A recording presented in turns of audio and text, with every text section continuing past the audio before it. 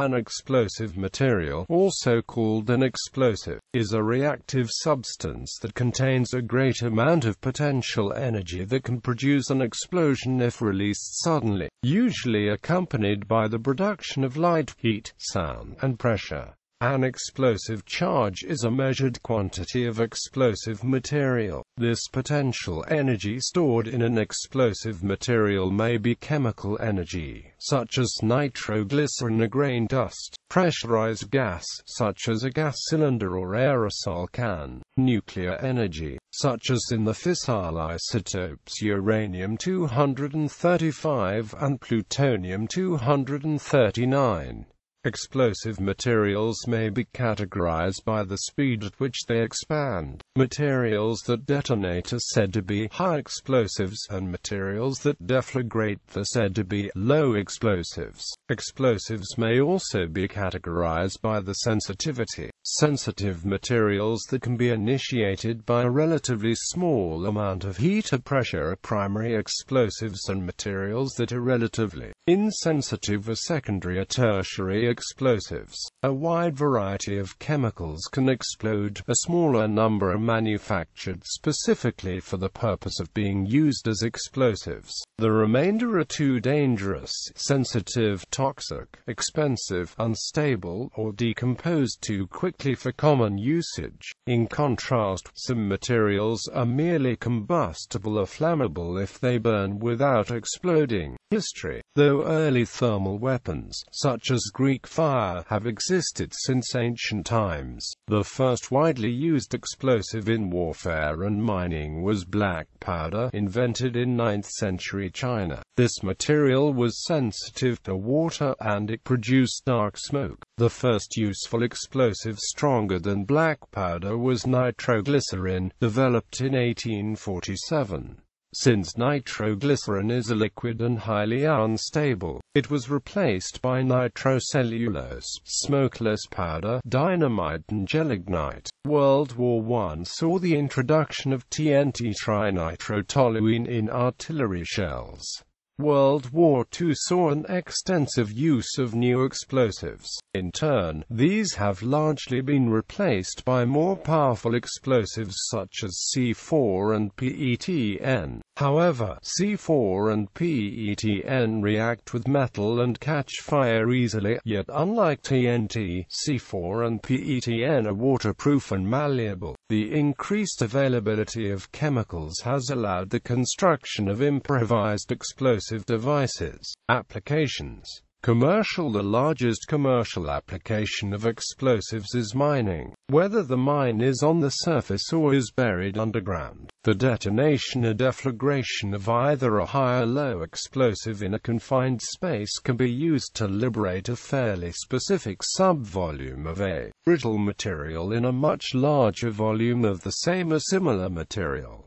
Normally, ceramic explosives are used in mining. In mineral deposits containing large masses of native metal, using explosives to liberate the ore typically doesn't work well. In materials science and engineering, explosives are used in cladding. A thin plate of some material is placed atop a thick layer of a different material, both layers typically of metal. Atop the thin layer is placed an explosive. At one end of the layer of explosive, the explosion is initiated. The two metallic layers are forced together at high speed and with great force. The explosion spreads from the initiation side throughout the explosive. Ideally, this produces a metallurgical bond between the two layers. As the length of time the shock wave spends at any point is small, we can see mixing of the two metals and the surface chemistries through some fraction of the depth, and they tend to be mixed in some way. It is possible that some fraction of the surface material from either layer eventually gets ejected when the end of material is reached. Hence, the mass of the now welded bilayer may be less than the sum of the masses of the two initial layers. There are applications where a shock wave and electrostatics can result in high-velocity projectiles.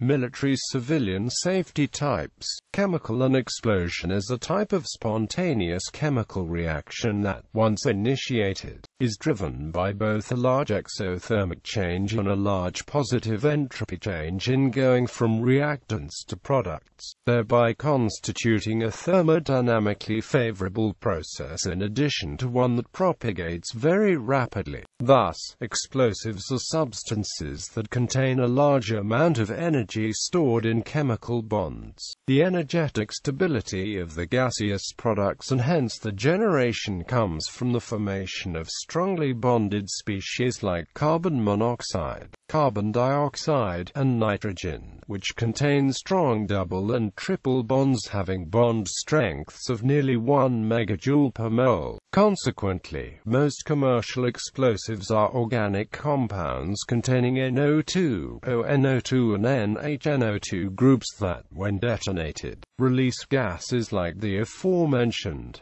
An explosive is classified as a low or high explosive according to its rate of burn. Low explosives burn rapidly, while high explosives detonate. While these definitions are distinct, the problem of precisely measuring rapid decomposition makes practical classification of explosives difficult. Decomposition: the chemical decomposition of an explosive may take years, days, hours, or a fraction of a second. The slower processes of decomposition take place in storage and are of interest only from a stability standpoint. Of more interest are the two rapid forms of decomposition, deflagration and detonation. Deflagration: in deflagration, decomposition of the explosive material is propagated by a flame front which moves slowly through the explosive material. In contrast to detonation, deflagration is a characteristic of low explosive material. Detonation: this term is used to describe an explosive phenomenon whereby the decomposition is propagated by an explosive shock wave traversing the explosive material. The shock front is capable of passing through the high explosive material at great speeds,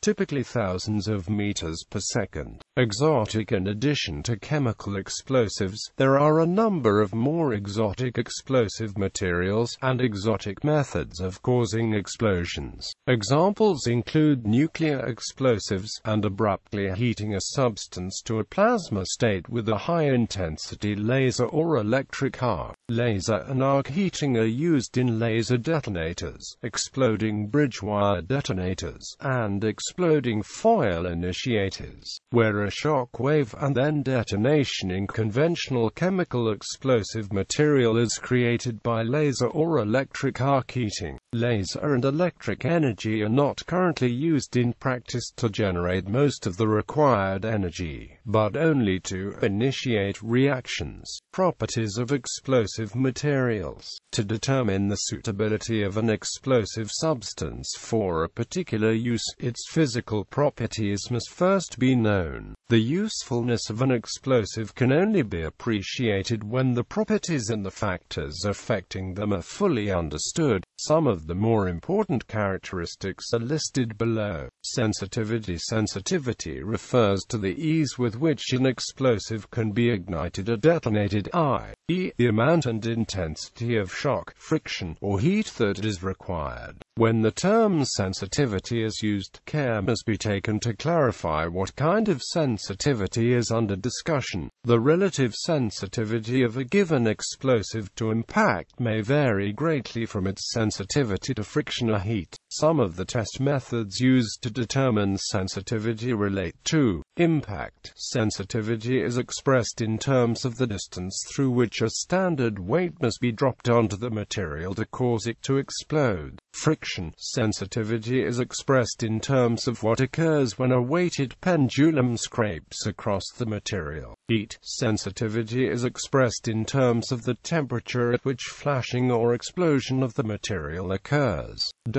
Sensitivity is an important consideration in selecting an explosive for a particular purpose. The explosive in an armor-piercing projectile must be relatively insensitive, or the shock of impact would cause it to detonate before it penetrated to the point desired. The explosive lenses around nuclear charges are also designed to be highly insensitive to minimize the risk of accidental detonation. Sensitivity to initiation. The index of the capacity of an explosive to be initiated into detonation in a sustained manner. It is defined by the power of the detonator, which is certain to prime the explosive to a sustained and continuous detonation. Reference is made to the Cellier-Bellet scale that consists of a series of 10 detonators, from N1 to N10, each of which corresponds to an increasing charge weight.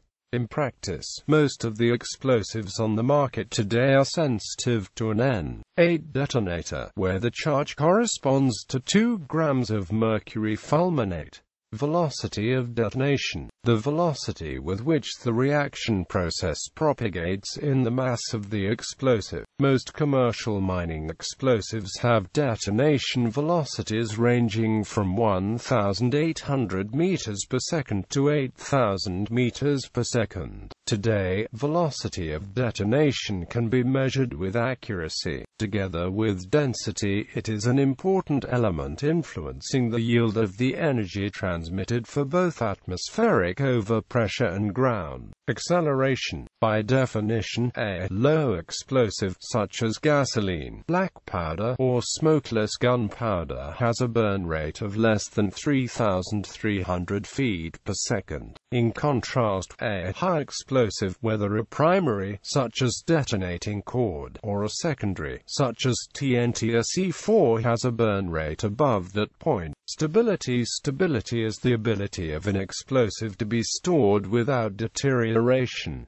The following factors affect the stability of an explosive. Chemical constitution. In the strictest technical sense, the word stability is a thermodynamic term referring to the energy of a substance relative to a reference state at some other substance. However, in the context of explosives, stability commonly refers to ease of detonation, which is concerned with kinetics. It is perhaps best, then, to differentiate between the terms thermodynamically stable and kinetically stable by referring to the former as inert. Contrarily, a kinetically unstable substance is said to be labile. Quote, "It is generally recognized that certain groups like nitro, nitrate, and azide are intrinsically labile. Kinetically, there exists a low activation barrier to the decomposition reaction. Consequently, these compounds exhibit high sensitivity to flame or mechanical shock. The chemical bonding in these compounds is characterized as predominantly covalent, and thus they are not thermodynamically stabilized by a high ionic lattice energy. Furthermore, they generally have positive enthalpies of formation, and there is little mechanistic hindrance to internal molecular rearrangement to yield the more thermodynamically stable decomposition products. For example, in lead azide Pb2, the nitrogen atoms are already bonded to one another, so decomposition into Pb and N2 is relatively easy. Temperature of storage. The rate of decomposition of explosives increases at high temperatures. All standard military explosives may be considered to have a high degree of stability at temperatures from -10 to +35 degrees Celsius,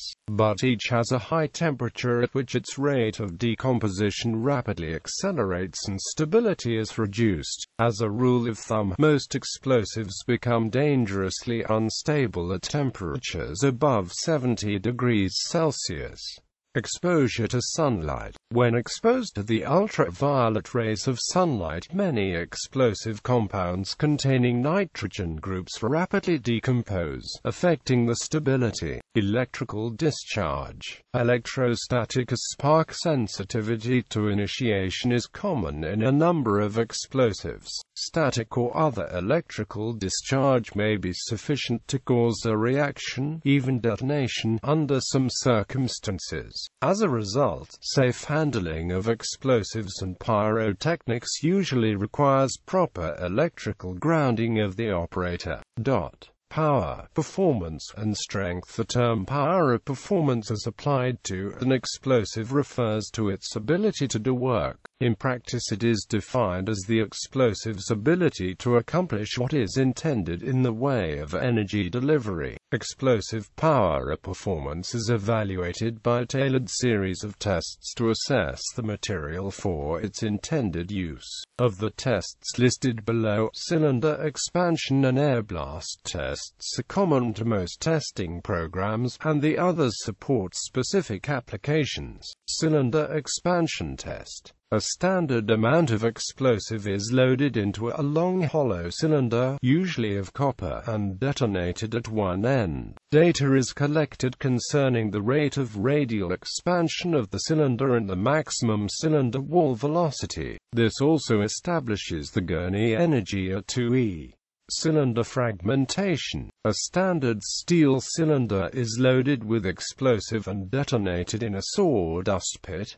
The fragments are collected and the size distribution analyzed. Detonation pressure. Detonation pressure data derived from measurements of shock waves transmitted into water by the detonation of cylindrical explosive charges of a standard size. Determination of critical diameter. This test establishes the minimum physical size a charge of a specific explosive must be to sustain its own detonation wave. The procedure involves the detonation of a series of charges of different diameters until difficulty in detonation wave propagation is observed. Infinite diameter detonation velocity. Detonation velocity is dependent on loading density, charge diameter, and grain size. The hydrodynamic theory of detonation used in predicting explosive phenomena does not include the diameter of the charge, and therefore a detonation velocity for an imaginary charge of infinite diameter. This procedure requires the firing of a series of charges of the same density and physical structure for different diameters, and the extrapolation of the resulting detonation velocities to predict the detonation velocity of a charge of infinite diameter. Pressure versus scale distance.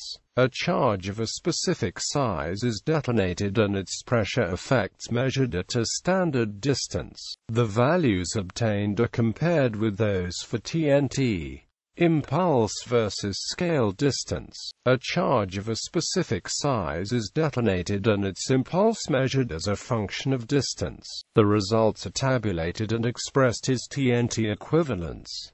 Relative bubble energy. A 5 to 50 kilograms charge is detonated in water and piezoelectric gauges measure peak pressure, time constant, impulse, and energy. RBE equals Ks, where K equals the bubble expansion period for an experimental or a standard charge. Brisance. In addition to strength, explosives display a second characteristic, which is the shattering effect brisance, which is distinguished and separate from the total work capacity. This characteristic is of practical importance in determining the effectiveness of an explosion in fragmenting shells, bomb casings, grenades, and the like. The rapidity with which an explosive reaches its peak pressure is a measure of its brisance. Brisance values are primarily employed in France and Russia. The sand crush test is commonly employed to determine the relative brisance in comparison to TNT. No test is capable of directly comparing the explosive properties of two or more compounds. It is important to examine the data from several such tests in order to gauge relative brisance. True values for comparison require field experiments. Density of loading refers to the mass of an explosive per unit volume. Several methods of loading are available, including pellet loading, cast loading, and press loading, the choice being determined by the characteristics of the explosive, dependent upon the method employed. An average density of the loaded charge can be obtained that is within 80 to 99% of the theoretical maximum density of the explosive. High load density can reduce sensitivity by making the mass more resistant to internal friction. However, if density is increased to the extent that individual crystals are crushed, the explosive explosive may become more sensitive. Increased load density also permits the use of more explosive, thereby increasing the power of the warhead. It is possible to compress an explosive beyond a point of sensitivity, known also as dead pressing, in which the material is no longer capable of being reliably initiated, if at all. Volatility. Volatility is the readiness with which a substance vaporizes. Excessive volatility often results in the development of pressure within rounds of ammunition and separation of mixtures into the constituents. Volatility affects the chemical composition of the explosive such that a marked reduction in stability may occur, which results in an increase in the danger of handling. Hygroscopicity and water resistance. The introduction of water into an explosive is highly undesirable since it reduces the sensitivity, strength, and velocity of detonation of the explosive. Hygroscopicity is used as a measure of a material's moisture-absorbing tendencies. Moisture affects explosives adversely by acting as an inert material that absorbs heat when vaporized, and by acting as a solvent medium that can cause undesired chemical reactions. Sensitivity, strength, and velocity of detonation are reduced by inert materials that reduce the continuity of the explosive mass. When the moisture content evaporates during detonation, cooling occurs, which reduces the temperature of reaction. Stability is also affected by the presence of moisture since moisture promotes decomposition of the explosive and, in addition, causes corrosion of the explosive's metal container.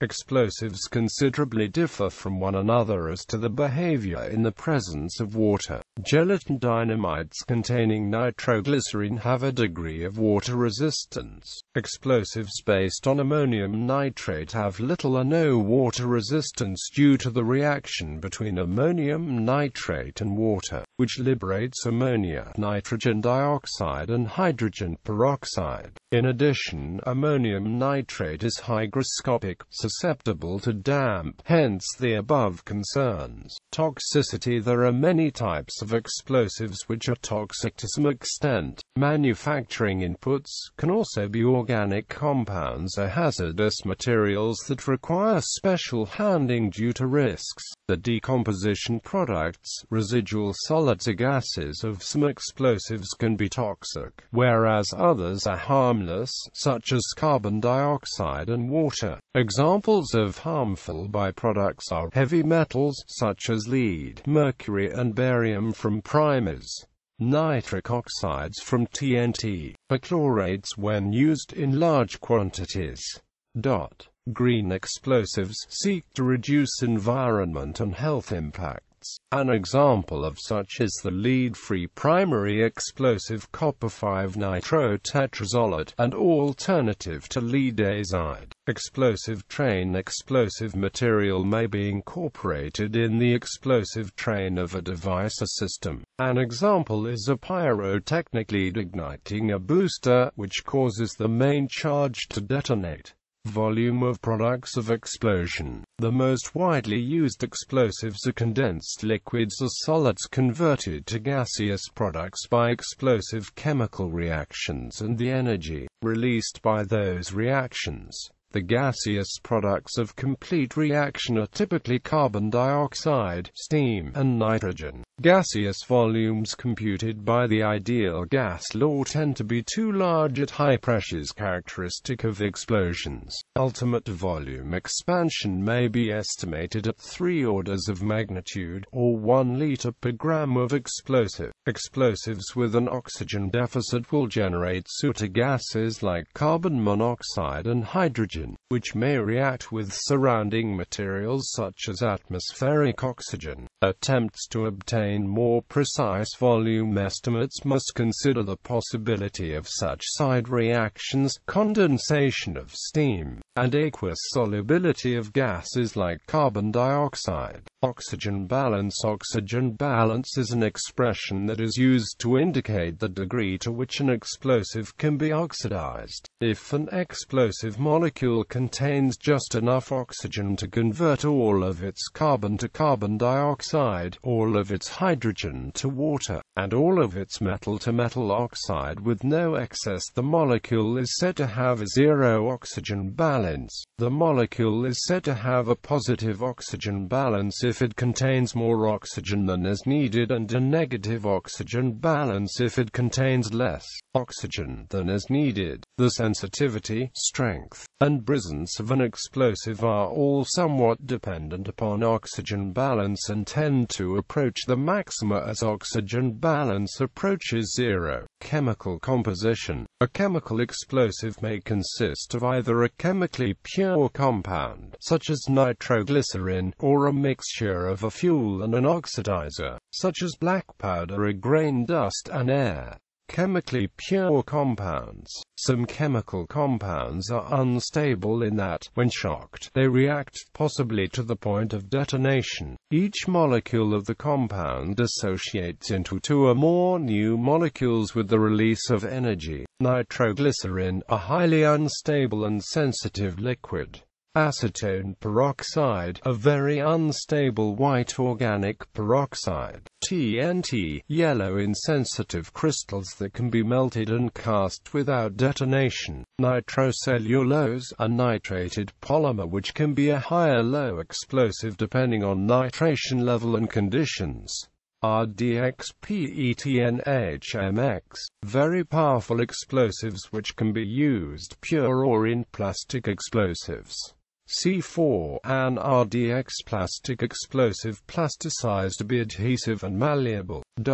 The above compositions may describe most of the explosive material, but a practical explosive will often include small percentages of other substances. For example, dynamite is a mixture of highly sensitive nitroglycerin with sawdust, powdered silica, or most commonly diatomaceous earth, which act as stabilizers. Plastics and polymers may be added to bind powders of explosive compounds. Coaxes may be incorporated to make them safer to handle. Aluminium powder may be introduced to increase total energy and blast effects. Explosive compounds are also often alloyed. HMX or RDX powders may be mixed with TNT to form octol or cyclotol.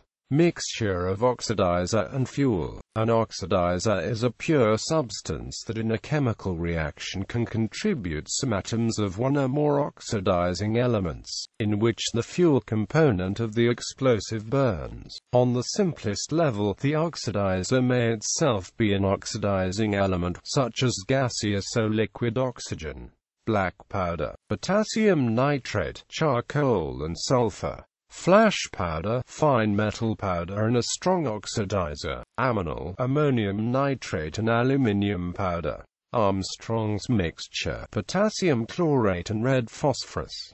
This is a very sensitive mixture. It is a primary high explosive in which sulfur is substituted for some or all of the phosphorus to slightly decrease sensitivity. Sprengel explosives, a very general class incorporating any strong oxidizer and highly reactive fuel, although in practice the name was most commonly applied to mixtures of chlorates and nitroaromatics. ANFO, ammonium nitrate and fuel oil. Chadides, chlorates, perchlorates and oil. Oxyliquids, mixtures of organic materials and liquid oxygen. Panclastites, mixtures of organic materials and dinitrogen tetroxide. Availability and cost. The availability and cost of explosives are determined by the availability of the raw materials and the cost, complexity, and safety of the manufacturing operations.